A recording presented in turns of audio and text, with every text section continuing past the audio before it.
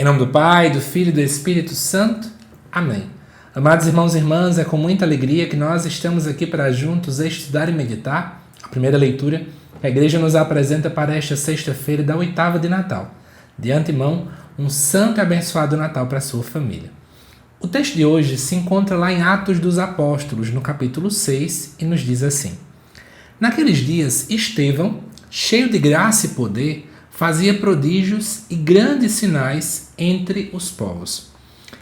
Mas alguns membros da chamada Sinagoga dos Libertos, junto com os sirenenses e alexandrinos e alguns da Cilícia e da Ásia, começaram a discutir com Estevão. Porém, não conseguiam resistir à sabedoria e ao espírito com que ele falava. Ao ouvir essas palavras, eles ficaram enfurecidos e rangeram os dentes contra Estevão. Estevão, cheio do Espírito Santo, olhou para o céu e viu a glória de Deus e Jesus de pé à direita de Deus.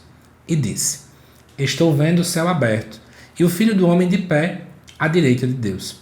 Mas eles, dando grandes gritos e tapando os ouvidos, avançaram todos juntos contra Estevão. Arrastaram-no para fora da cidade e começaram a apedrejá-lo. As testemunhas deixaram suas vestes aos pés de um jovem chamado Saulo. Enquanto o apedrejavam, Estevão clamou dizendo: Senhor Jesus, acolhe o meu espírito. Amados irmãos e irmãs, de modo muito particular, essa sexta-feira é dia em que nós celebramos a festa de Santo Estevão, o primeiro mártir da igreja, por esse motivo que nós chamamos ele de proto-mártir. E aí, a gente está dentro do contexto histórico, situado ali nos primeiros anos da igreja, logo após o Pentecostes, que é relatado lá no capítulo 2 de Atos dos Apóstolos. Estevão, de modo muito particular, ele era um dos 7 diáconos que foi escolhido ali para o serviço, né? A gente vai ver esse episódio acontecendo, de que, diante das grandes demandas que os apóstolos tinham, eles então, sob a orientação de Deus, acabam escolhendo diáconos que possam auxiliar no serviço. E Estevão também era um grande pregador. E aí, mesmo com toda essa realidade muito positiva de um lado, o crescimento dos cristãos e por aí vai, a gente também vai vendo que o cristianismo vai começando a sofrer fortes ameaças e oposições dentro do judaísmo. E essa oposição que eles acabam vivenciando, elas acontecem especialmente dentro da sinagoga. A Sinagoga dos Libertos, que é inclusive falada aqui no versículo 9, ela era uma sinagoga da diáspora. E essa expressão diáspora quer dizer dos judeus que estavam ali dispersos e que falavam então o idioma grego, porque originalmente, todo judeu que se preze, o foco dele era falar hebraico, que era o idioma, né, exatamente dos escritos bíblicos. E aí o que a gente vai vendo nesse texto? Vamos agora mastigar ele versículo a versículo. No versículo 8, nós vemos que o texto diz que Estevão estava cheio de graça e poder e ele fazia prodígios e sinais. O primeiro elemento que a gente está vendo por um lado é a ação do Espírito Santo na figura de Estevão. Era alguém cheio de graça e poder.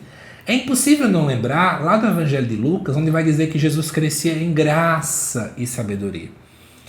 É interessante essa conotação porque é como se o autor de Atos dos Apóstolos, que também é São Lucas, quisesse dizer o seguinte: todo aquele que segue Jesus acaba tendo características semelhantes a ele. Também cresce em graça, também cresce em poder. Só que Estevão fazia prodígios e sinais, que é expressões também que aparecem também em relação a Jesus Cristo. É interessante ver que a ação do Espírito Santo, embora o Espírito Santo seja invisível, essa ação é confirmada através de sinais externos.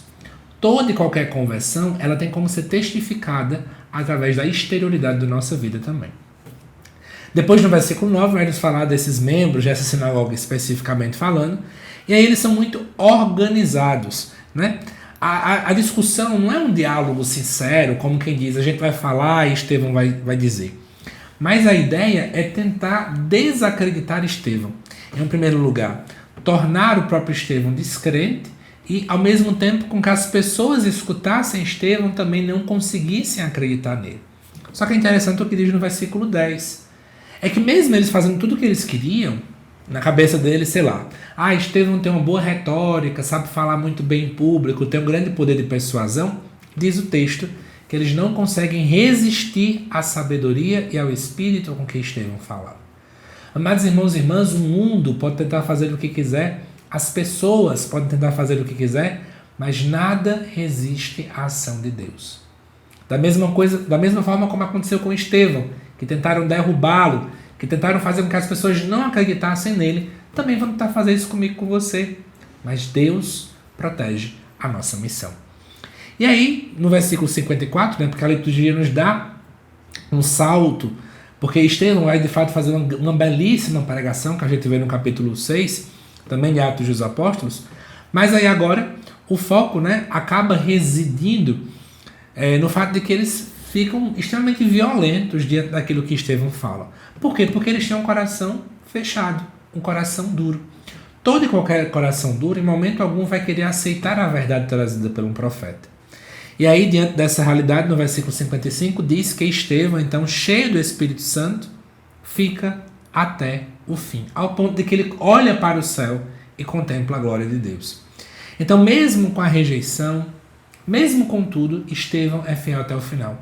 E tudo acaba sendo finalizado com a sua execução fora da cidade, a aparição de Saulo, que vai ser o futuro São Paulo, apóstolo Paulo, e a gente vê alguém, que é Estevão, fazendo oração, inclusive semelhante à oração de Jesus na cruz. Porque Jesus também vai falar isso. Pai, em tuas mãos entrego o meu espírito. Estevão vai dizer, Senhor Jesus, acolhe o meu espírito. E aí, amados irmãos e irmãs, já que estamos na oitava de Natal, eu fiquei a pensar o que é que esse texto, então, poderia nos ensinar neste tempo propriamente falando. Eu anotei alguns pontos aqui. Muita gente encara o Natal como um tempo de muita ternura, muita beleza, são as luzes, as ornamentações, as árvores de Natal, mas o Natal é um compromisso radical com Cristo. Eu estou dizendo que eu acredito com que o Verbo se encarnou. E agora, a única coisa que me resta para corresponder é tendo um compromisso completo e radical com Ele. A segunda coisa também, o menino que nasce é o mesmo que existe um testemunho até o martírio. O mesmo Jesus que a gente celebra o seu nascimento é o mesmo que vai exigir: quem quer me seguir, tome a sua cruz e siga-me, até a morte se for preciso. É o mesmo Cristo. E também, uma coisa interessante que a gente precisa refletir aqui é que celebrar o Natal é aceitar seguir Jesus até as últimas consequências. E aí eu termino esse vídeo fazendo essa reflexão com você. Você tem coragem de aceitar todas as consequências por ser cristão, por ser discípula de Jesus Cristo? Ou será que na primeira vez em que alguém, vai contra a gente, fala palavras, nos persegue e nós já queremos desistir? Que à luz dessa primeira leitura, desta sexta-feira, nós possamos meditar sobre isso. Que Deus te abençoe, amado irmão e irmã, te aguardo nos próximos vídeos aqui do canal e daqui a pouco às 7 da noite já teremos aí o Evangelho também dessa sexta-feira. Até mais.